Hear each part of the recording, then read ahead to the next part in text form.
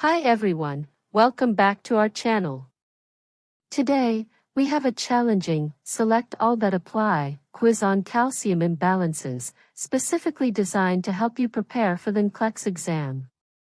Make sure to have your notepads ready, and let's dive into these hard-level questions. Question 1. A patient is admitted with hypocalcemia.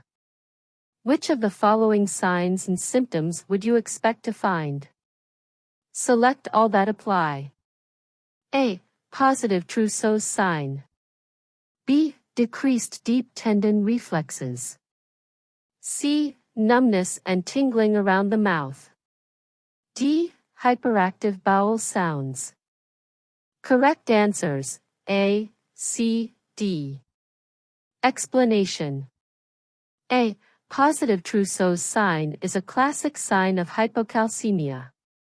B. Decreased deep tendon reflexes is incorrect. Hypocalcemia typically causes increased reflexes. C. Numbness and tingling around the mouth are common symptoms of hypocalcemia. D. Hyperactive bowel sounds can occur with hypocalcemia due to increased neuromuscular excitability. Question 2. Which interventions should be included in the care plan for a patient with hypercalcemia? Select all that apply. A. Encourage fluid intake. B. Administer calcium supplements. C. Monitor for tetany. D. Administer bisphosphonates as prescribed. E. Encourage weight-bearing exercises. Correct answers: A, D, E. Explanation. A. Encourage fluid intake helps to prevent kidney stones and flush out excess calcium. B. Administer calcium supplements is incorrect. It would worsen hypercalcemia. C. Monitor for tetany is associated with hypocalcemia, not hypercalcemia. D. Administer bisphosphonates as prescribed helps to reduce calcium levels by inhibiting bone resorption. E. Encourage weight-bearing exercises helps to strengthen bones and can reduce calcium levels. A patient presents with symptoms of hypocalcemia. Which of the following laboratory findings would you expect? Select all that apply. A. Serum calcium level of 8.2 mg per deciliter. B. Serum phosphorus level of 6.0 mg per deciliter. C. Magnesium level of 2.5 mg per deciliter. D. Serum calcium level of 10.5 mg per deciliter. E. Serum albumin level of 4.0 g/dl. Correct answers: A, B. Explanation. A. Serum calcium level of 8.2 mg per deciliter indicates hypocalcemia, normal range, 8.5 to 10.5. B. Serum phosphorus level of 6.0 mg per deciliter often increases in hypocalcemia.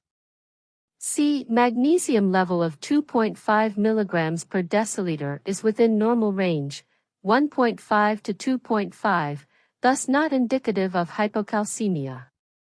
D. Serum calcium level of 10.5 mg per deciliter is normal, not hypocalcemic. E. Serum albumin level of 4.0 gram per deciliter is normal, 3.5 to 5.0, not specific to hypocalcemia. Question 4. Which medications can contribute to the development of hypercalcemia? Select all that apply. A. Thiazide diuretics. B. Loop diuretics. C. Vitamin D supplements. D. Calcium carbonate. E. Alendronate. Correct answers: A, C, D. Explanation. A. Thiazide diuretics can decrease calcium excretion, leading to hypercalcemia. B. Loop diuretics typically cause hypocalcemia, not hypercalcemia. C. Vitamin D supplements can increase calcium absorption. D. Calcium carbonate directly increases calcium levels. E. Alendronate is used to treat hypercalcemia by inhibiting bone resorption. Question 5. A patient with hypocalcemia is experiencing tetany. Which nursing interventions are appropriate? Select all that apply. A. Administer calcium gluconate IV. B. Restrict dietary calcium. C. Monitor ECG for changes. D. Place patient on seizure precautions. E. Administer magnesium sulfate. Correct answers: A, C, D. Explanation. A. Administer calcium gluconate IV is the treatment of choice for severe hypocalcemia. B. Restrict dietary calcium is incorrect. The patient needs more calcium. C. Monitor ECG for changes as hypocalcemia can cause arrhythmias. D. Place patient on seizure precautions due to increased neuromuscular excitability. E. Administer magnesium sulfate is more relevant for hypomagnesemia, not hypocalcemia. Question 6. Which of the following conditions can lead to hypocalcemia? Select all that apply. A. Chronic kidney disease. B. Hyperparathyroidism. C. Vitamin D deficiency. D. Acute pancreatitis. E. Osteoporosis. Correct answers: A, C, D. Explanation. A. Chronic kidney disease can cause hypocalcemia due to impaired vitamin D metabolism. B. Hyperparathyroidism usually causes hypercalcemia, not hypocalcemia. C. Vitamin D deficiency leads to reduced calcium absorption. D. Acute pancreatitis can lead to hypocalcemia due to fat saponification. E. Osteoporosis is more associated with calcium imbalance in bone, but not a direct cause of hypocalcemia. Question 7. What are the potential complications of untreated hypercalcemia? Select all that apply. A. Nephrolithiasis. B. Cardiac arrest. C. Bone fractures. D. Constipation. E. Seizures. Correct answers: A, B, D. Explanation. A. Nephrolithiasis, kidney stones, is a common complication. B. Cardiac arrest can occur due to severe hypercalcemia affecting the heart. C. Bone fractures are more associated with osteoporosis. D. Constipation is a common symptom of hypercalcemia. E. Seizures are more commonly associated with hypocalcemia. Question 8. Which dietary recommendations are appropriate for a patient with hypocalcemia? Select all that apply. A. Increase intake of leafy green vegetables. B. Increase intake of dairy products.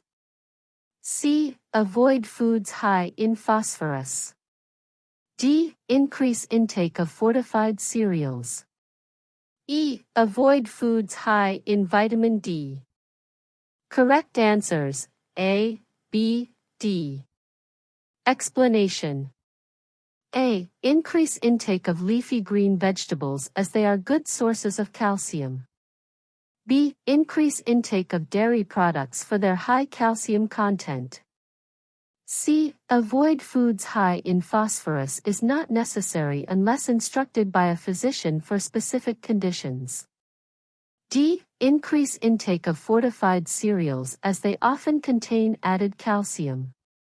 E. Avoid foods high in vitamin D is incorrect.